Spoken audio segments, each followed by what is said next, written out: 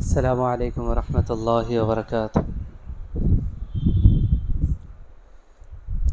الحمد للہ رب العالمین والصلاة والسلام علی رسولہ النبی الکریم، اما بعد، اعوذ باللہ من الشیطان الرجیم من ہمزہ ونفخہ ونفثہ، بسم اللہ الرحمن الرحیم۔ شہر رمضان الذی انزل فیہ القرآن ھدی للناس وبینات من الھدی والفرقان۔ ہر قسم کی تعریف و توصیف، کبریائی، بڑائی، عزت و بزرگی، شان و شوکت، عظمت، حمد و ثنا اللہ رب العالمین، خالق کائنات، مالک ارض و سماوات کے لیے لائق و زیبا ہے۔ درود و سلام ہو رب العالمین کے تمام پیغمبروں پر، نبیوں اور رسولوں پر، میرے اور آپ کے آخری نبی جناب محمد الرسول اللہ صلی اللہ علیہ وسلم پر۔ محترم حاضرین، ابھی ہم جس مہینے سے گزر رہے ہیں یہ شعبان کا مہینہ ہے۔ ان قریب ہم پر رمضان کا مبارک مہینہ سایہ فگن ہونے والا ہے۔ اللہ تبارک و تعالیٰ سے ہم دعا کرتے ہیں کہ رب العالمین ہم تمام کو رمضان کا وہ مبارک بابرکت مہینہ نصیب فرمائے، اور اس میں زیادہ سے زیادہ عبادتیں کر کے اپنے رب کو راضی کر کے جنت کا اپنے آپ کو مستحق بنانے کی توفیق عطا فرمائے۔ محترم حاضرین، رمضان کا جو مہینہ ہم پر سایہ فگن ہونے والا ہے، یقیناً اس کی رحمت، اس کی برکت، اس کی سعادت سے ہم واقف ہیں۔ جیسے ہی رمضان کا مہینہ آتا ہے، ہمارے ایمان میں ایک قسم کی جو کیفیت ہوتی ہے کہ ہمارے ایمان میں اضافہ ہو جاتا ہے، ہماری عبادتیں بڑھ جاتی ہیں، اور اسی طرح سے ہماری مسجدیں آباد ہو جاتی ہیں۔ تو رمضان کے مہینے کی ہم جو رونق اپنی زندگیوں میں دیکھتے ہیں، یقیناً ہمارے لیے قابل مبارکباد ہے۔ لیکن یاد رکھیں، رمضان کا مہینہ جو آتا ہے، بہت ساری باتیں سکھانے کے لیے، بتانے کے لیے، ہمیں اپنی زندگیاں بدلنے کا پیغام دینے کے لیے رمضان آتا ہے۔ ایسا نہیں کہ بس رمضان کا مہینہ آیا اور چلا گیا، رمضان سے پہلے جیسی زندگی تھی رمضان کے بعد بھی ویسی ہی اگر ہماری زندگی ہو تو پھر رمضان کے مہینے سے ہم نے کوئی خاص فائدہ حاصل نہیں کیا۔ رمضان تو آتا اس لیے ہے کہ دلوں کو بدل دے، ایمان کو بدل دے، اور اسی طرح سے جو ہے ہماری کیفیت کو، ہماری حالت کو بدل دے، اس لیے رمضان آتا ہے۔ دلوں کو بدلنے والی یہ کیفیت اللہ تبارک و تعالیٰ نے رمضان میں رکھی ہے۔ اسی لیے اللہ تبارک و تعالیٰ نے فرمایا یا ایھا الذین آمنوا، اللہ تبارک و تعالیٰ نے اہل ایمان سے خطاب کرتے ہوئے فرمایا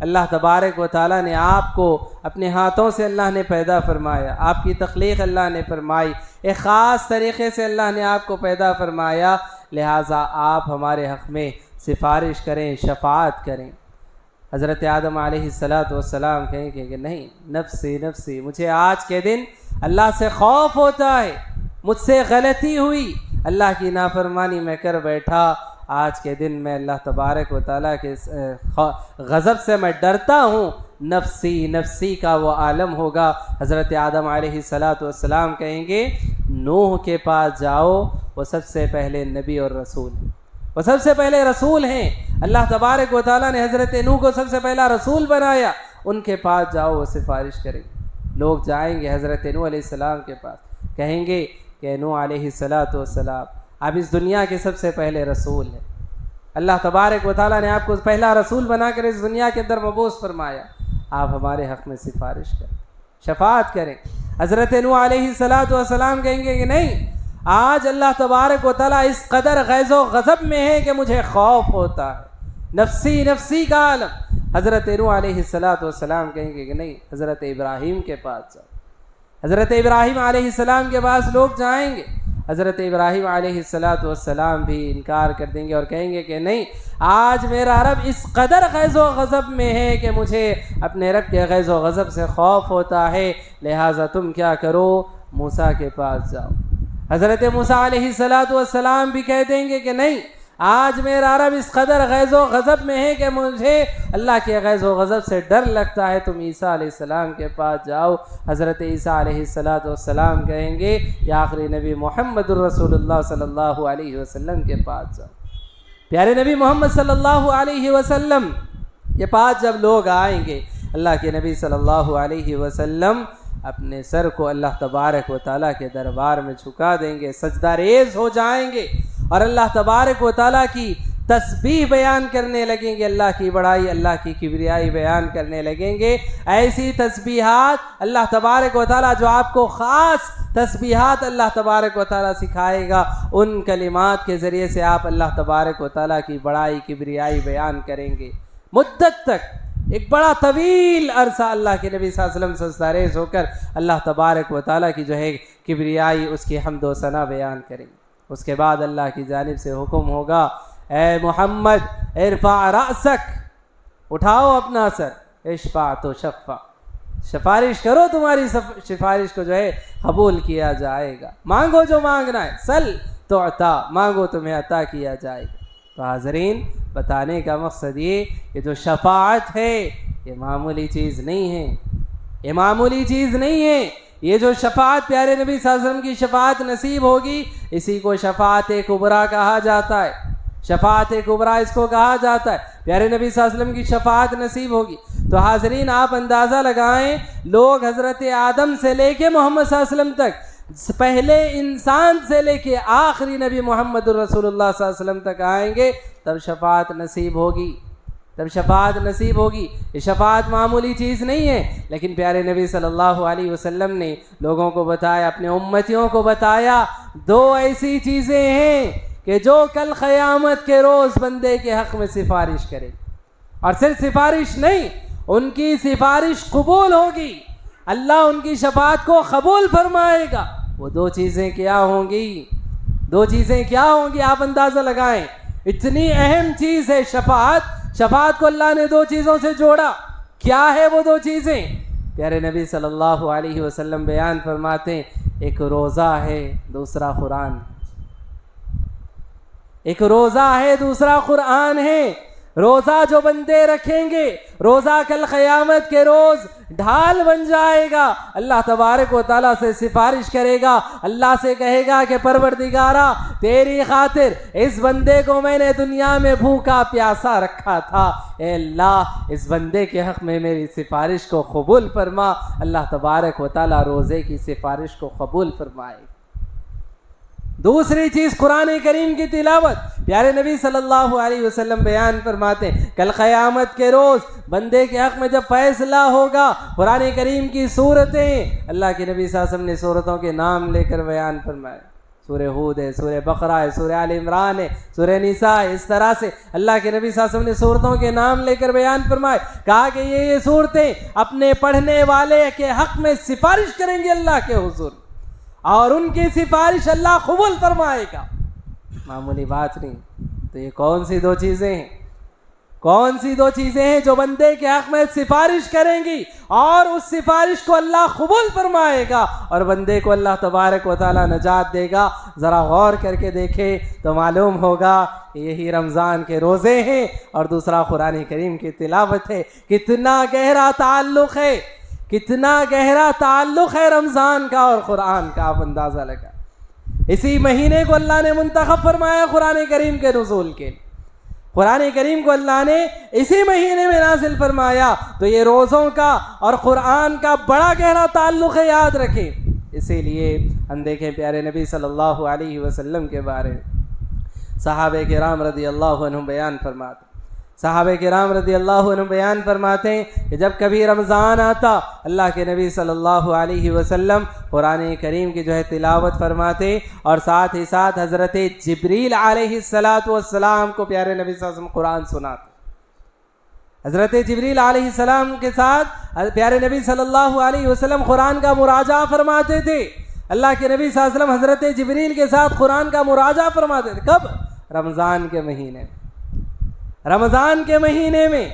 اور پیارے نبی صلی اللہ علیہ وسلم کی زندگی کا جو آخری رمضان تھا اللہ کے نبی صلی اللہ علیہ وسلم نے حضرت جبریل کے ساتھ 2 مرتبہ قرآن کا مراجعہ فرمایا. تو حاضرین، یہ پیارے نبی صلی اللہ علیہ وسلم حضرت جبریل کے ساتھ جو قرآن کا مراجعہ فرما رہے ہیں، جو قرآن سنا رہے ہیں، یہ کب، کون سے مہینے میں؟ رمضان کے مہینے، رمضان کے مہینے میں.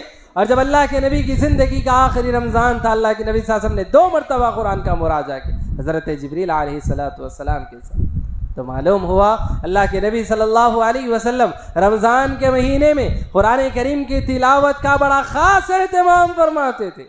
خصوصی اہتمام اللہ کے نبی صلی اللہ علیہ وسلم فرمایا کرتے تھے. محترم حاضرین، میں آپ کو جو بات بتانا چاہتا ہوں وہ بات یہ ہے کہ رمضان جب ہماری زندگیوں میں آئے تو ایسا نہ ہو کہ بس رمضان آیا اور چلا گیا، ہماری زندگی میں رمضان سے کوئی فائدہ نہیں ہوا. نہیں، ایسا نہیں ہونا چاہیے. ہونا یہ چاہیے کہ ہم رمضان سے خوب فائدہ اٹھائیں، رمضان سے خوب فائدہ اٹھائیں. اور یہ بات یاد رکھیں، قرآن کریم کا سیکھنا، قرآن کریم کی تلاوت کرنا، قرآن کریم میں غور و فکر کرنا، اس سے بڑا شاید ہی کوئی فائدہ ہو.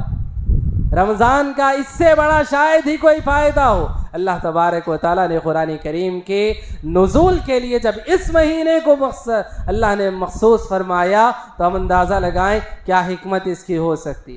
اللہ تبارک و تعالیٰ کی جو فیصلے ہوتے کتنی بڑی حکمتیں اس میں ہوا کرتی.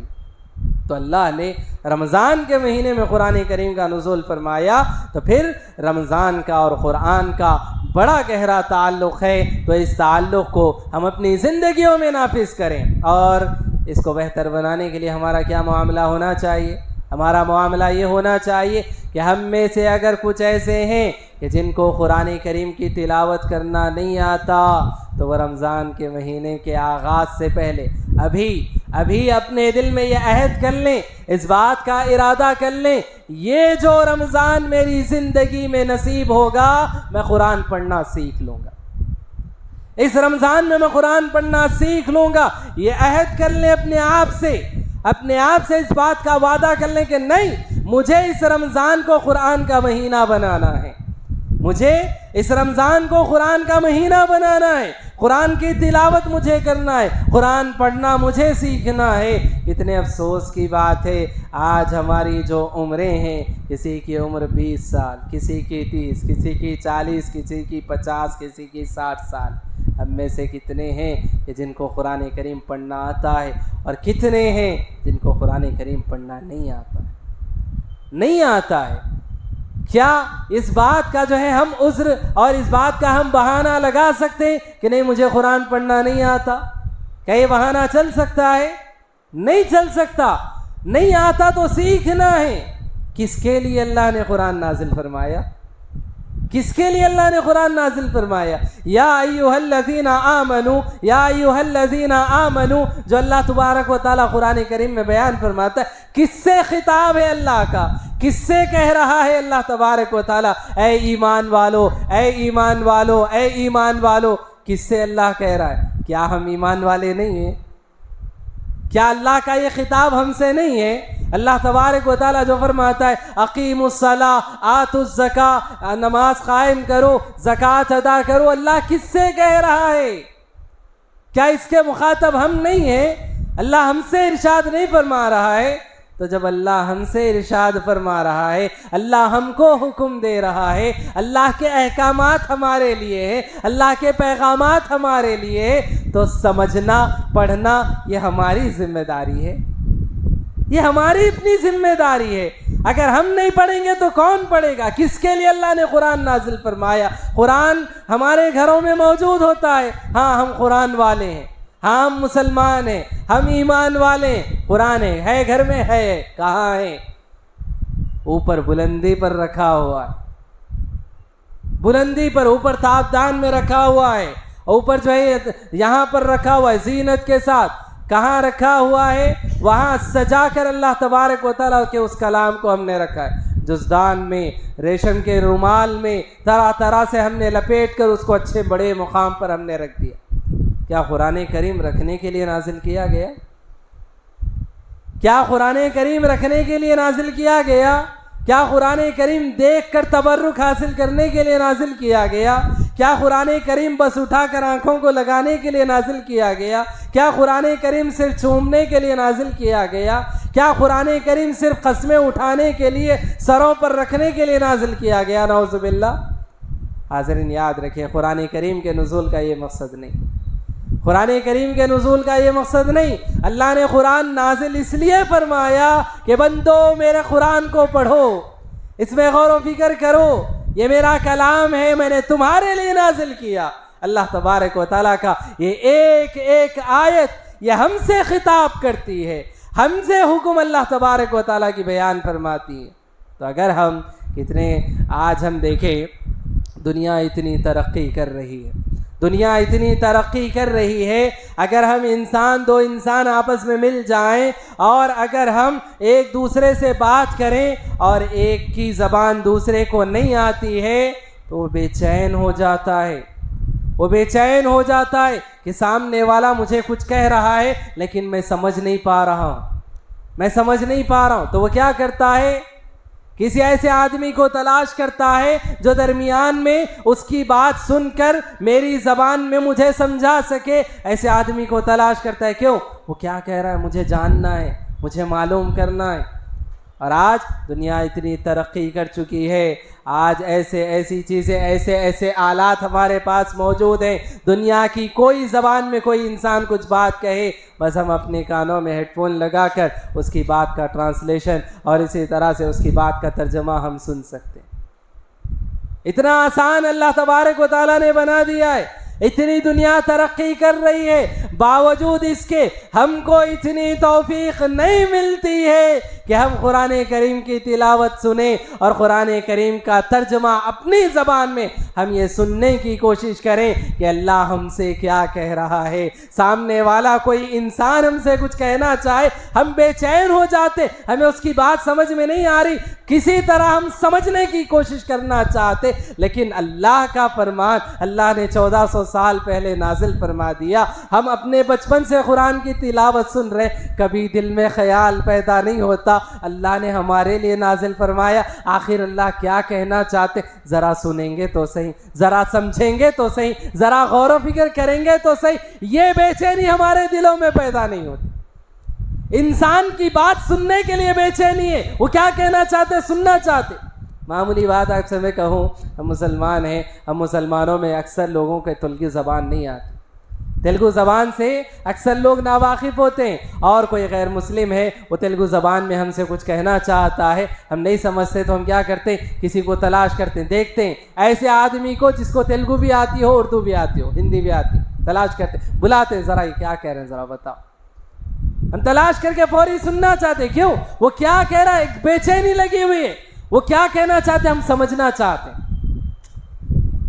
کتنے افسوس کی بات ہے، قرآن کریم اللہ نے ہمارے لیے نازل فرمایا، ایک ایک آیت ایک ایک حرف پڑھا اس کا قیمتی ہے، اتنا قیمتی ہے کہ اللہ تبارک و تعالیٰ نے انسانیت کی ہدایت اللہ نے اس میں رکھی، انسانیت کی کامیابی اللہ نے اس میں رکھی، انسانیت کے لیے ہیرے جواہرات خزانے اللہ تبارک و تعالیٰ نے اس میں رکھے۔ لوگوں اس میں غور و فکر کرو، تمہاری دنیا بھی کامیاب، تمہاری آخرت بھی کامیاب، اتنی کامیاب بنانے والی کتاب اللہ نے رکھی ہے۔ لیکن افسوس ہے ہم مسلمانوں پر، اس کو سمجھنے کے لیے ہم نے کتنی کوشش کی، اس کو پڑھنے کے لیے ہم نے کتنی کوشش کی، کتنی محنت ہم نے کی، کتنا وقت ہم نے لگایا۔ نہیں لگاتے ہم وقت، اب وقت نہیں لگاتے۔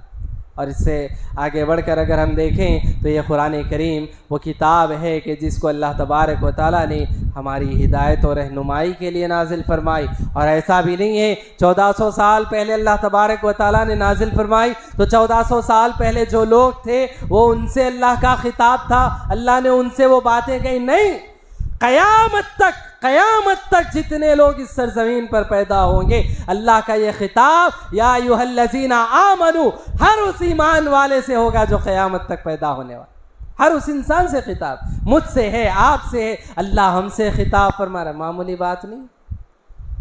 بات نہیں ہے، یاد رکھیں۔ کوئی انسان اگر دوسرے انسان سے، کوئی بڑا آدمی ہو، اگر آپ سے بلا کر آپ سے کہتا ہے، آپ سے بلا کر پوچھتا ہے، کوئی بات کرتا ہے، آپ کیا سمجھتے ہیں؟ بڑی قسمت والا ہوں میں کہ مجھ سے اس نے بات کی، ہزاروں لوگوں کے مجمع میں سے اس نے مجھ سے بلا کر 2-4 بات کی۔ اب آپ جو ہے فخر کرنے لگتے ہیں اور اسی طرح سے جو اپنے آپ کو خوش نصیب سمجھتے ہیں کہ مجھ سے اس نے بات کی۔ آپ ذرا غور کریں، اللہ ہم سے بات کر رہا ہے، اور ہمیں اس بات کی فکر نہیں، اس بات کی تڑپ نہیں، اس بات کا شوق نہیں کہ اللہ ہم سے کیا بات کر رہا ہے۔ ذرا سنیں تو صحیح، ذرا غور تو کریں، ذرا سمجھنے کی تو کوشش کریں۔ یہ کیسا شوق تھا حضرت موسیٰ کو۔ آپ دیکھیں حضرت موسیٰ علیہ السلام کو کلیم اللہ کا لقب دیا جاتا۔ کیوں کلیم اللہ کا لقب دیا جاتا ہے؟ اللہ تبارک و تعالیٰ نے حضرت موسیٰ علیہ السلام پر جب پہلی مرتبہ اللہ تبارک و تعالیٰ نے حضرت موسیٰ سے بات کی، حضرت موسیٰ سے اللہ تبارک و تعالیٰ نے پوچھا، اے موسیٰ یہ تمہارے ہاتھ میں کیا ہے؟ حضرت موسیٰ کے ہاتھ میں کیا تھا؟ حضرت موسیٰ کے ہاتھ میں ایک لاٹھی تھی، لکڑی تھی۔ اللہ نے پوچھا موسیٰ تمہارے ہاتھ میں کیا ہے؟ حضرت موسیٰ علیہ السلام نے کیا کہا؟ قال ہی عصای، یہ میری لکڑی ہے، اتوکأ علیہا، میں اس پر ٹیک لگاتا ہوں، واحش بها علی غنمی، اور میں اپنے جو ہے جانوروں کو، اپنے ریوڑوں کو اس سے ہانکتا ہوں، ولی فیہا معارب اخری، اور بھی بہت سارے میں کام اس لاٹھی سے کرتا۔ اللہ نے کیا پوچھا؟ موسیٰ ہاتھ میں کیا ہے؟ موسیٰ تمہارے ہاتھ میں کیا ہے؟ جواب کیا ہونا چاہیے تھا؟ میرے ہاتھ میں لکڑی ہے، عصا ہے، بس۔ لیکن حضرت موسیٰ نے کیا کہا؟ موسیٰ نے کہا یہ لکڑی ہے، میں اس پر ٹیک لگاتا ہوں، اپنے جانوروں کو اس سے ہانکتا ہوں، اور بھی بہت سارے کام کرتا ہوں۔ یہ حضرت موسیٰ نے اتنا جواب کیوں دیا، اتنی زیادہ بات کیوں کی؟ مفسرین کہتے ہیں حضرت موسیٰ کا یہ جواب بتاتا ہے کہ اللہ سے بات کرنے کا جو شوق حضرت موسیٰ کے دل میں پیدا ہوا، حضرت موسیٰ زیادہ بات کرنا چاہتے تھے اللہ سے، بہت زیادہ بات کرنا چاہتے تھے اللہ سے۔ اسی لیے بس یہ سوال تھا کہ ہاتھ میں کیا ہے، تو حضرت موسیٰ کہنے لگے لکڑی ہے، میں ریوڑوں کو ہانکتا ہوں، ٹیک لگاتا ہوں، اور بھی بہت سارے کام کرتا ہوں۔ یہ شوق حضرت موسیٰ کے دل میں تھا کہ میں اللہ سے زیادہ بات کروں، زیادہ کلام کروں۔ اسی لیے اللہ نے زیادہ کلام فرمایا حضرت موسیٰ علیہ السلام سے، اتنا کلام فرمایا، اتنی بات حضرت موسیٰ سے اللہ نے کی کہ حضرت موسیٰ کو کلیم اللہ کہا جانے لگا، اللہ سے کلام کرنے والے، اللہ سے بات کرنے والے۔ تو بتانے کا مقصد یہ پیغمبر حضرت موسیٰ تھے جن کو اللہ سے بات کرنے کا اتنا شوق تھا، اتنا شوق حضرت موسیٰ علیہ السلام کو تھا کہ میں اللہ سے زیادہ بات کروں۔ اور آپ سے اللہ خود کلام فرما رہا ہے، اللہ آپ سے بات کر رہا ہے، اللہ مجھ سے اور آپ سے بات کر رہا ہے، ہم کلام ہو رہا ہے۔ اے میرے بندو یا عبادی، اللہ تبارک و تعالیٰ قرآن کریم میں کہتا، لیکن ہمارا کوئی جواب ہی نہیں۔ ہم اللہ کی اس بات کو سمجھنا ہی نہیں چاہتے، سننا ہی نہیں چاہتے، پڑھنا ہی نہیں چاہتے، پڑھنا سیکھنا ہی نہیں چاہتے۔ یہ کون سا ہمارا شوق ہے؟ حضرت موسیٰ کو تو کیسا شوق تھا اللہ سے ہم کلام ہونے کا، اللہ سے بات کرنے کا، اور ہمیں کتنا شوق ہے اللہ سے بات کرنے کا؟ ہمیں کتنا شوق ہے اللہ کی بات کو سمجھنے کا، اللہ کی بات کو سننے کا، اللہ کی بات کو پڑھنے کا۔ اللہ کتنے پیارے لہجے میں کہتا یا عبادی، اے میرے بندو، اے میرے بندو۔ کیا یہ خطاب اللہ کا ہم سے نہیں ہے؟ اللہ ہم سے نہیں کہہ رہا یا عبادی، اے میرے بندو، ہم سے نہیں کہہ رہا اللہ تعالیٰ یا ایھا الذین آمنوا، اے ایمان والو، ہم سے نہیں کہہ رہا اللہ تعالیٰ، ہم سے کہہ رہا اللہ تعالیٰ۔ کیا ہم نے کبھی کوشش کی اللہ کہہ رہا ہے اے ایمان والو، تو ہم نے کبھی غور کیا کہ اللہ پکار کر کہہ رہا ہے اے میرے بندو، اے ایمان والو، اللہ کیا کہنا چاہتا؟ کیا ہم نے غور کیا؟ کیا کبھی سمجھنے کی کوشش کی؟ کیا یہ میرا اور آپ کا کام نہیں ہے کہ اللہ کی بات کو سمجھے؟ اور میں آپ کو بتاؤں، یہ جو قرآن کریم کی تلاوت ہوتی ہے، پیارے نبی صلی اللہ علیہ وسلم بیان فرماتے ہیں کہ جب تم میں سے کوئی قرآن کریم کی تلاوت کرتا ہے، اچھے انداز میں تلاوت کرتا ہے، اچھی آواز میں، اچھے لہن میں قرآن کریم کی تلاوت کرتا ہے، تو گویا کہ وہ اللہ سے سرگوشی کرتا ہے، اللہ سے سرگوشی کرتا ہے۔ اللہ اکبر۔ سرگوشی کرنا کسے کہتے ہیں؟ سرگوشی کرنا کسے کہتے ہیں؟ سرگوشی کرنا کہتے ہیں کہ ہم کوئی راز کی بات کسی کو بتانا چاہتے ہیں، تو کیا کرتے ہیں؟ ہم اپنے کسی قریبی آدمی کو، گہرے دوست کو، رشتہ دار کو، جس سے بہت زیادہ محبت ہے، جو ہمارا بہت زیادہ قریبی انسان ہے، اس کو قریب بلا کر اس کے کان میں کچھ ہم بات کہتے ہیں، راز کی بات کہتے ہیں، کان میں کہتے ہیں، اس کو کہتے ہیں سرگوشی کرنا۔ پیارے نبی صلی اللہ علیہ وسلم بیان فرماتے، جب کوئی بندہ اچھی آواز میں، اچھے لہن میں قرآن کریم کی تلاوت کرتا ہے، اللہ سے سرگوشی کرتا ہے، اللہ سے ہم کلام کرتا ہے۔ اللہ، کتنی خصوصیت کی بات ہے، کتنی پیاری بات ہے۔ تو یہ جو رمضان ہماری زندگی میں آنے والا ہے، اس کو خدا را گوائیں نہیں، خسارہ نہ اٹھائیں اپنی زندگی میں، اس سے کچھ حاصل کرنے کی کوشش کریں۔ یہ رمضان قرآن کا مہینہ ہے، اس رمضان کو قرآن کا مہینہ بنائیں، اس رمضان میں اپنے آپ کو قرآن والے بنائیں، دن میں ہو قرآن پڑھیں، رات ہو قرآن پڑھیں، ہر وقت، ہر نماز سے پہلے، نماز کے بعد ہم کوشش اس بات کی کریں کہ مجھے اس مہینے کو قرآن کا مہینہ بنانا ہے، قرآن پڑھنا ہے، قرآن کی تلاوت کرنا ہے، قرآن کو سمجھنا ہے، قرآن میں غور و فکر کرنا ہے، یہ دیکھنا ہے، یہ سمجھنا ہے کہ میرا رب مجھ سے کیا کہتا ہے، میرا رب مجھے کیا حکم دیتا ہے، میرے رب کا میرے لیے کیا پیغام ہے۔ اس بات کو ہم سمجھنے کی کوشش کریں، اور یہ بات یاد رکھیں، اگر ہم یہ سمجھنے والے بن جائیں کہ اللہ ہم سے کیا کہہ رہا ہے، اللہ ہمیں کیا حکم دے رہا ہے، اگر ہم یہ سمجھنے والے بن جائیں تو پھر ہماری زندگیاں بدل جائیں گی، ہماری زندگیاں بدل جائیں گی۔ یاد رکھیں، یہ رمضان کا ایک مہینہ آتا ہے، ہماری زندگیوں میں جو رونق آ جاتی ہے، یاد رکھیں قرآن کو سمجھنے والے، قرآن کو پڑھنے والے بن جائیں، ساری زندگی میں وہ رونق باقی رہ جائے، صرف رمضان کے حد تک نہیں، ساری زندگی وہ رونق ہماری زندگیوں میں باقی رہ جائے گی، اگر ہم قرآن والے ہو جائیں، قرآن پڑھنے، قرآن کو سمجھنے والے اگر ہم بن جائیں۔ تو حاضرین، اس مہینے کو قرآن کا مہینہ بنائیں۔ پیارے نبی صلی اللہ علیہ وسلم نے کتنی بڑی فضیلت بیان فرمائی، کتنی بڑی فضیلت پیارے نبی صلی اللہ علیہ وسلم نے بیان فرمائی۔ کوئی قرآن کریم کا ایک حرف پڑھتا ہے، ایک حرف پر کتنی نیکیاں؟ جانتے ہیں آپ، تمام جانتے ہیں، بتائیں کتنی نیکیاں؟ قرآن کا ایک حرف پڑھنے پر کتنی نیکیاں؟ 10 نیکیاں ملتی۔ قرآن کا ایک حرف پڑھنے پر 10 نیکیاں ملتی ہیں۔ پیارے نبی صلی اللہ علیہ وسلم نے پڑھ کے بتایا، الف لام میم، الف لام میم۔ سورہ فاتحہ جیسے ہم مکمل کرتے ہیں، اس کے بعد کیا ہوتا ہے؟ سورہ بقرہ شروع ہوتی ہے، الف لام میم ہے۔ اللہ کے نبی صلی اللہ علیہ وسلم نے یہ پڑھ کر بتایا، لوگوں سن لو، الف لام میم، میں یہ نہیں کہتا کہ الف لام میم ایک حرف ہے، الف ایک حرف ہے، لام ایک حرف ہے، میم ایک حرف ہے. اگر کوئی انسان الف لام میم پڑھتا ہے 30 نیکیاں اس کو مل جاتی، 30 نیکیاں اس کو مل جاتی ہیں. اور 30 یہ لمٹ نہیں ہے، یاد رکھیں، لمٹ نہیں ہے، یاد رکھیں، یہ شروعات ہے، یہ شروعات ہے. اللہ کے نبی صلی اللہ علیہ وسلم نے بیان فرمایا جب بندہ کوئی نیکی کرتا ہے 1 سے لے کر 10 گنا اللہ تبارک و تعالیٰ ایک نیکی کا اجر و ثواب 10 گنا دیتا ہے، اور 10 گنا سے لے کر 700 گنا تک، 700 گنا تک اللہ تبارک و تعالیٰ بڑا چڑھا کر عطا فرماتا ہے. اب آپ اندازہ لگائیں، ایک 10 منٹ اگر ہم قرآن کریم کی تلاوت کرتے ہیں، دنیا کا کوئی کیلکولیٹر، دنیا کا کوئی حساب کا کوئی آلہ آپ مجھے بتائیں کہ جو ہماری نیکیوں کا حساب کر سکے. نہیں ہوگا، نہیں ملے گا حساب. اتنی نیکیاں اللہ عطا فرمائے گا، بے شمار نیکیاں اللہ تبارک و تعالیٰ عطا فرمائے گا.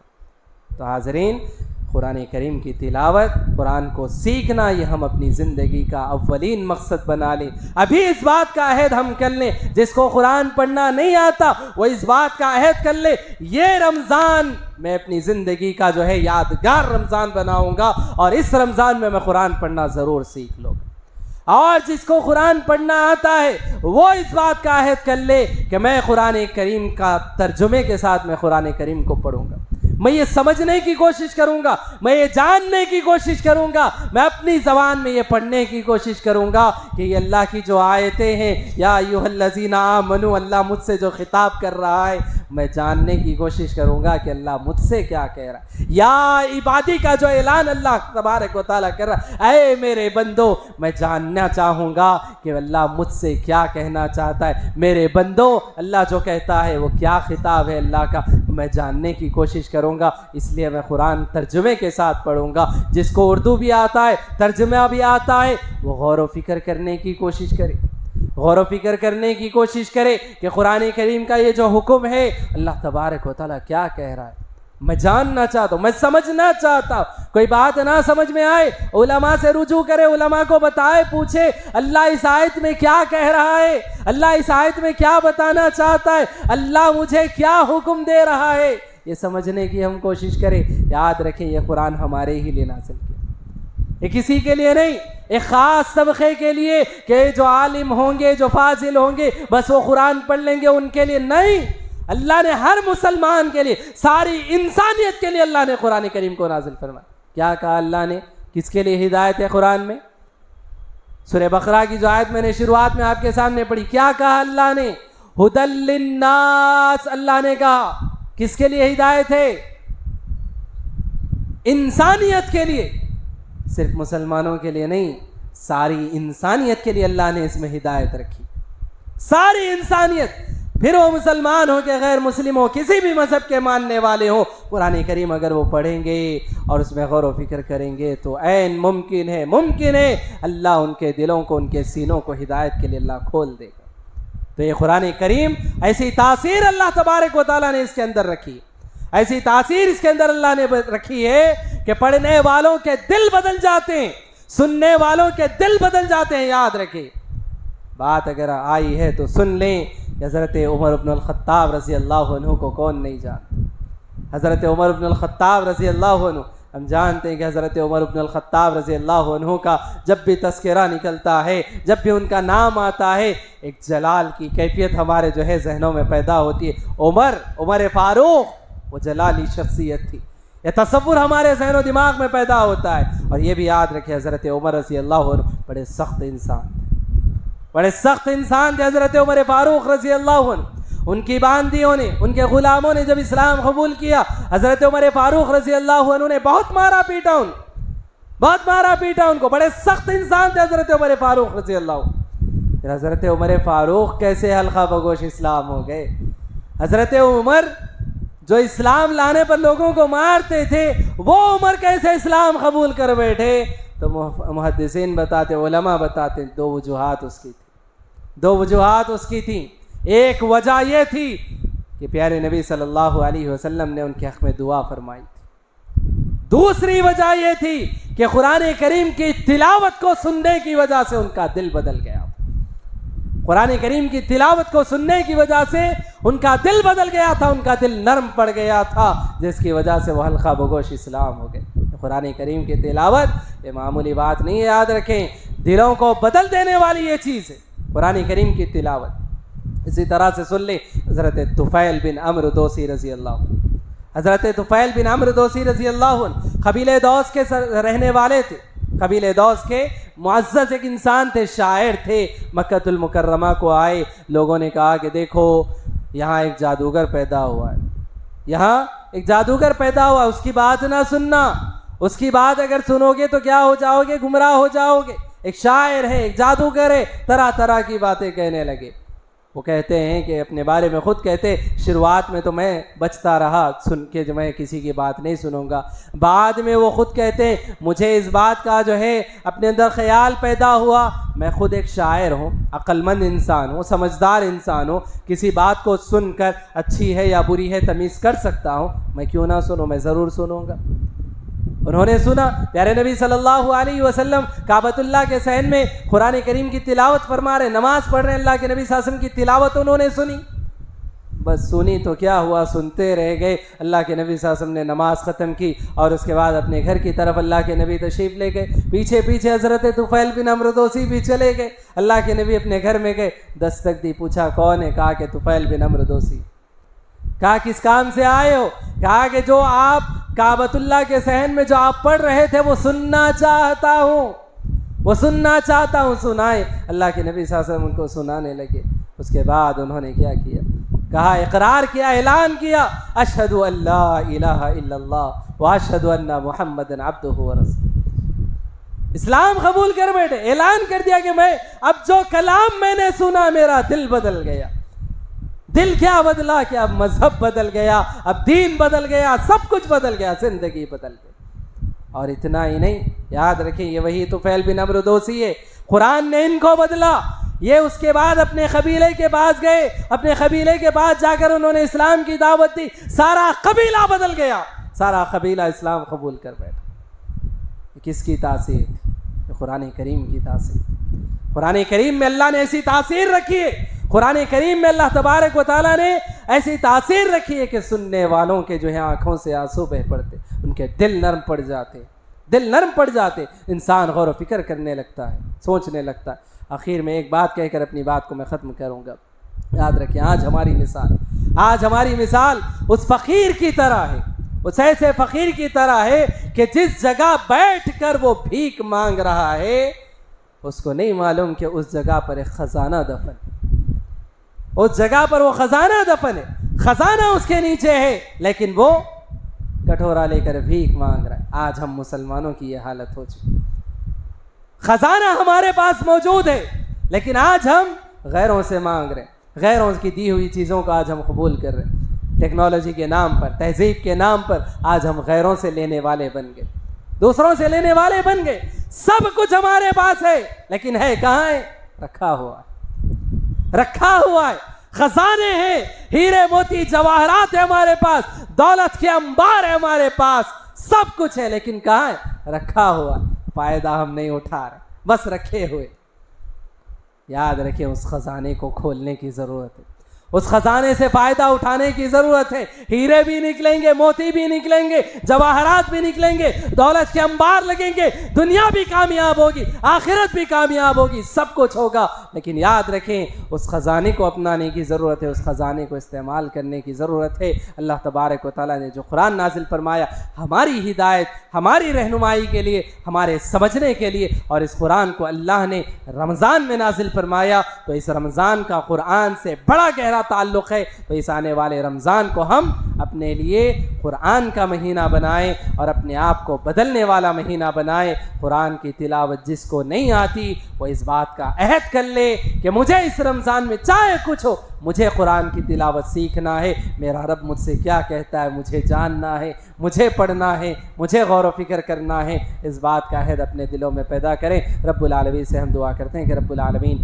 ہم تمام کو اللہ اور اس کے رسول کے احکام و فرامین کے مطابق زندگی گزارنے کی توفیق عطا فرمائے۔ رب العالمین ہم تمام کو اس رمضان کے مہینے کو قرآن کا مہینہ بنانے کی اللہ ہم تمام کو توفیق عطا فرمائے۔ ہم میں سے جس کسی کو قرآن کی تلاوت کرنا نہیں آتا، قرآن پڑھنا نہیں آتا، اللہ تبارک و تعالی اس رمضان کے مہینے کو ہمارے لیے ایسا بابرکت بنائے کہ ہم اس مہینے میں قرآن پڑھنا سیکھ لیں، جس کو آتا ہے وہ ترجمے کے ساتھ پڑھنا سیکھ لیں، اس میں غور و فکر کرنے والے ہم بن جائیں۔ رب العالمین یہ نیک توفیق ہم تمام کو عطا فرمائے۔ رب العالمین جب تک ہمیں اس دنیا میں زندگی دے، ایمان اور توحید کی زندگی نصیب فرمائے، خاتمہ ہو تو خاتمہ بالخیر فرمائے، آمین۔